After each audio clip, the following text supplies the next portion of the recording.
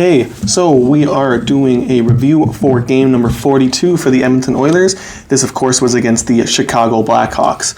So this one started a lot like the game against Pittsburgh started, very poorly for Edmonton. Teuvo Teravainen got the party started. That was a 1-0 goal for Chicago. Another rough start for Edmonton as they go down 2-0 shortly thereafter with a Nick Foligno goal. That was how the first period would end, down 2-0, but the Oilers would quickly strike in the second period. This one was Vasily Podkolzin from Viktor Arvidsson and Leon Draisaitl. Nice play from the back of the net to the front of the net and past Victor Soderblom. Then Chicago scores again to make it 3-1. This one was by Ryan Donato. So at this point in the game, you're wondering, are the Oilers going to do exactly what they did against Pittsburgh? Dig themselves a hole that's too deep to come out of, even for some offense like Edmonton.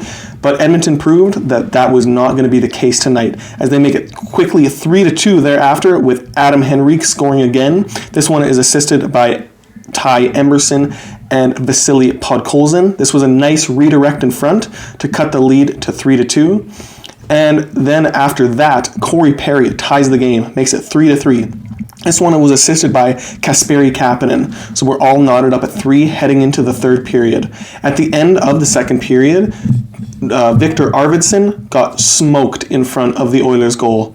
This drew a crowd around the Chicago net and resulted in minor penalties for both teams, which would start the third period at 4-on-4.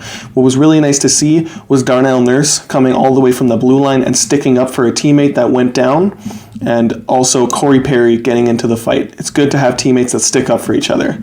So in the third period, Zach Hyman scored the only goal to make it 4-3 for the Oilers. This one was assisted by Leon Draisaitl and Evan Bouchard. This was a power play goal. It was also, of course, the game-winning goal.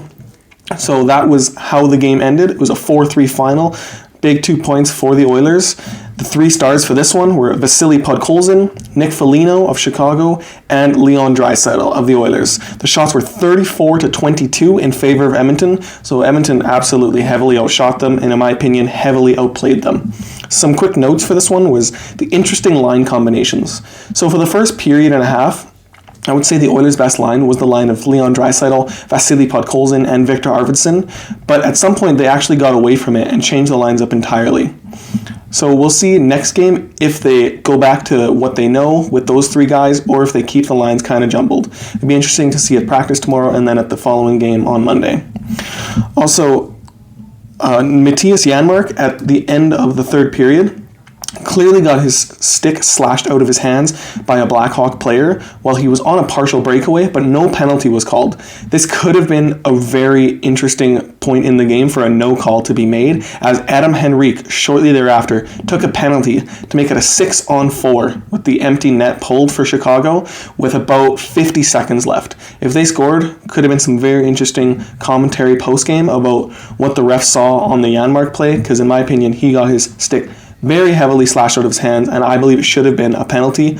Could have even been an automatic goal, considering he was on sort of a partial break. But nevertheless, the Oilers held on, got the 2 points, which is the most important part, of course.